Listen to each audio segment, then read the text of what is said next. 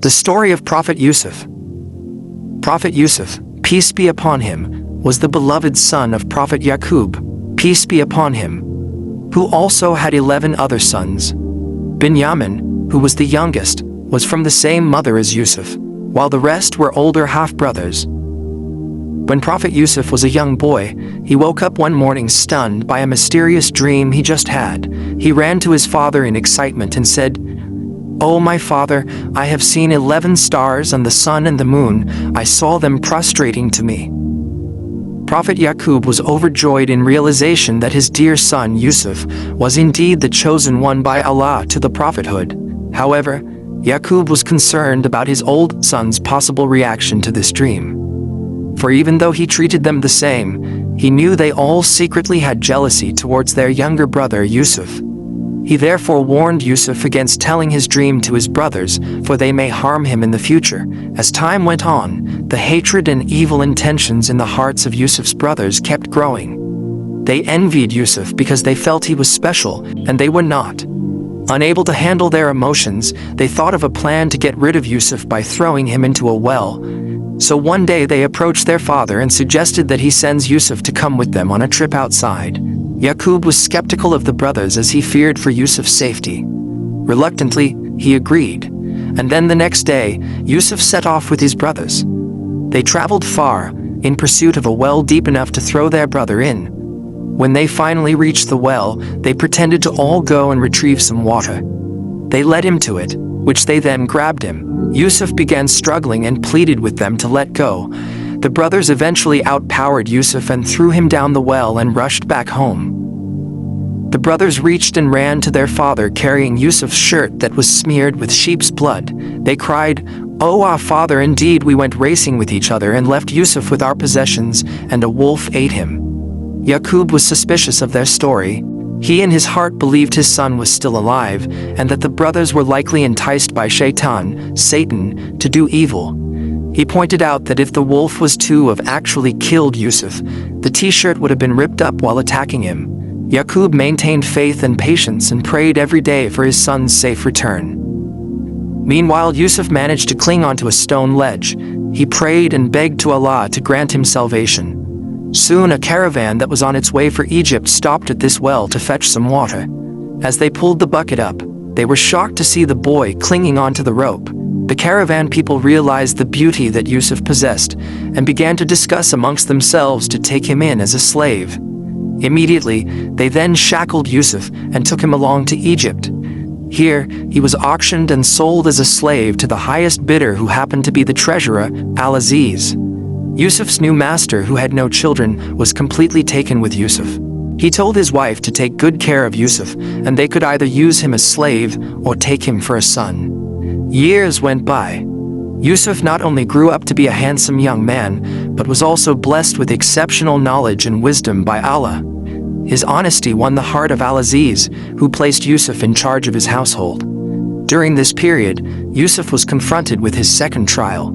Zuleika, Al-Aziz's wife, who watched Yusuf day after day, began to feel passionately about him. Her obsession heightened to a degree where she was desperate to fulfill her desire. One day, when her husband was away from home, she closed the doors and invited Yusuf to her. Yusuf, fearing Allah, replied, "I seek refuge in Allah. Indeed, He is my master who has given me shelter. Indeed, wrongdoers will not succeed." He turned away and ran towards the closed door to escape. Zuleika chased after him in desperation and grabbed his shirt from the back, which caused his shirt to rip. The door opened and Al-Aziz entered. Ashmed, she ran to him, cried and accused Yusuf of trying to force her into something she didn't want to do, and kept resisting. Yusuf was baffled. He continued to deny his mistress's claim, saying, "It was she who sought to seduce me." Al-Aziz was a fair man. He was confused and unsure of whom to believe, so he consulted his wife's cousin for advice. If his shirt is torn from the front, then she has told the truth, and he is of the liars, advised the cousin. However, his shirt was ripped from the back, meaning she was the forceful one. Yusuf's innocence was then proven. Al-Aziz apologized for his wife's indecency, but swore Yusuf to keep the situation a secret. Despite this, the story of Zuleika's and Yusuf began to spread. Other women began ridiculing her character. Distressed, Zuleika planned to prove to them her helpless reaction to Yusuf's extraordinary handsomeness. So she then invited some women to a banquet at her residence one day. There she served them fruit along with knives. When the women were happily chatting away while slicing fruits, Zuleika summoned Yusuf. The women looked up at him, astonished at such angelic beauty. They cut their hands without even realizing they had. Zuleika seized the moment to announce that this was the man for whom she was blamed. She then warned Yusuf that if he denied her again he would be imprisoned, to which Yusuf replied, "My lord, prison is more to my liking than that to which they invite me."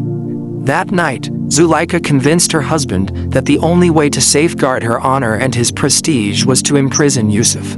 Thus, Yusuf was thrown into jail. During Yusuf's time in jail, he was bestowed with the ability to interpret dreams. Two of Yusuf's cellmates, mesmerized by his piety, asked him to have their dreams explained. One dreamt that he was serving the king wine, and the other was carrying bread on his head which two birds were eating up.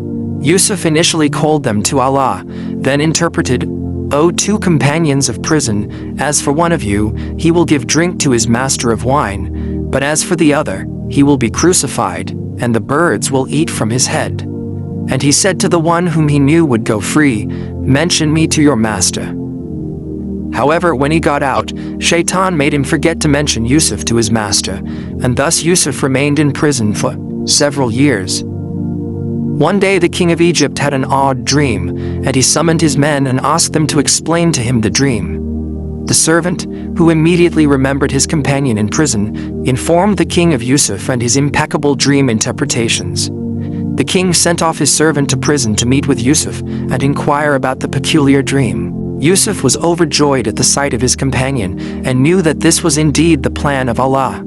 He told him that the dream meant that you will plant for 7 years consecutively, and what you harvest leave in its spikes, except a little from which you will eat.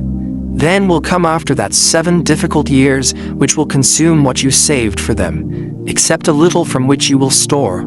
Then will come after that a year in which the people will be given rain, and in which they will press olives and grapes. Amazed, the king ordered Yusuf to be presented before him. Yusuf, however, refused to leave prison until his innocence was proved. The king thus summoned the women relating to Yusuf's incident. The women who had their hands cut spoke of Yusuf's innocence before the king. "Allah forbid, we know about him no evil." The wife of Al-Aziz was trapped. She then confessed to the king, "Now the truth has become evident. It was I who sought to seduce him, and indeed, he is truthful." Thus, Yusuf's innocence was then proven. Released from prison, Yusuf stood before the king to thank him for his generosity.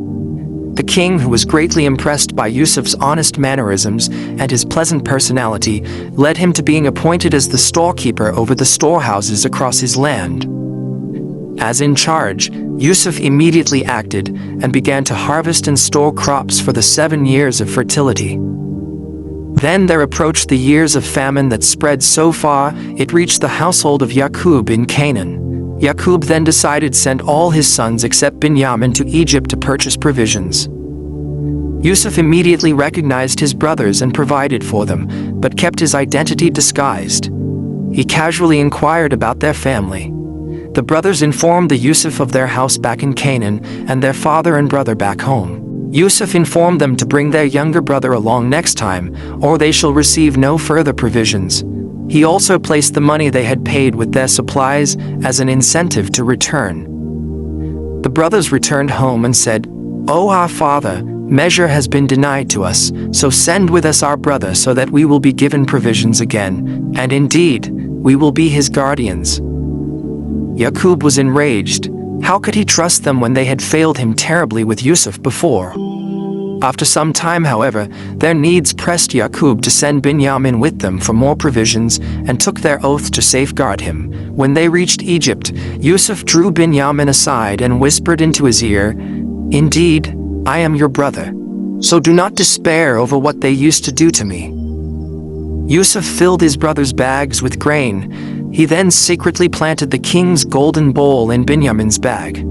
On departing, the brothers were stopped by the king's soldiers who were looking for the king's missing cup. The bags of the brothers were searched, and the missing cup was retrieved from the bag of the youngest brother. Binyamin. The soldiers cried, "Indeed, you are thieves." The brothers were shocked. The brothers immediately remembered their sick father back home and their vow to safeguard Binyamin at all cost. They begged the soldiers to release their younger brother and take one of them instead, but the soldiers refused. The eldest among the brothers said, "I will not leave this land until my father permits me or Allah decides for me." So the rest of the brothers left Egypt, leaving the eldest behind. When Yaqub learnt of his youngest son's predicament, he wept and wept until he became blind. He resorted to prayer for comfort, for he knew that only Allah could ease his pain. Soon, he instructed his sons to return to the king's land and inquire about their brother. The sons returned to Egypt once again. They met with Yusuf and pleaded that tragedy had befallen them. Yusuf then spoke to them in their native language. "Do you know what you did with Yusuf?" It didn't take long for the brothers to realize that this was indeed their long-lost brother and began to tremble in fear, but Yusuf comforted them, saying, "May Allah forgive you." He then said, "Take this, my shirt, and cast it over the face of my father. His eyesight will return." As instructed, the brothers casted Yusuf's shirt over their father's face, and Allah miraculously restored his eyesight. They begged their father to seek Allah's forgiveness for them. Together, they all set off to Egypt, where Yusuf warmly welcomed them. Yusuf raised his father upon the throne and said, "O my father, this is the explanation of my vision of before.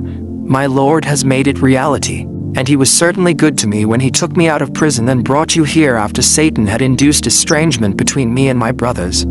Indeed, my Lord is subtle in what he wills.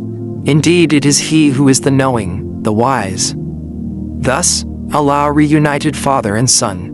The lesson from the story of Prophet Yusuf is that from his dream, knew he was destined for greatness, but it seemed at every turn of his life, he was met with difficulties and adversity. He was betrayed by his brothers, sold as slave, and unjustly imprisoned. Yusuf could have chosen to be bitter and question Allah by saying, "I thought you had ordained for me greatness." He could have easily complained and asked, "Why do these things keep happening to me?" But he knew better. He knew Allah had a plan for him, and he had to just keep faith. Yusuf knew by just focusing on being the best he could, treating people right and with respect, doing more than what was requested, that Allah would take care of him. That is end of the video. If made it to the end, I appreciate your support and glad you enjoyed. Why don't you drop a like and subscribe for more? Until next time, inshallah, may Allah bless you all.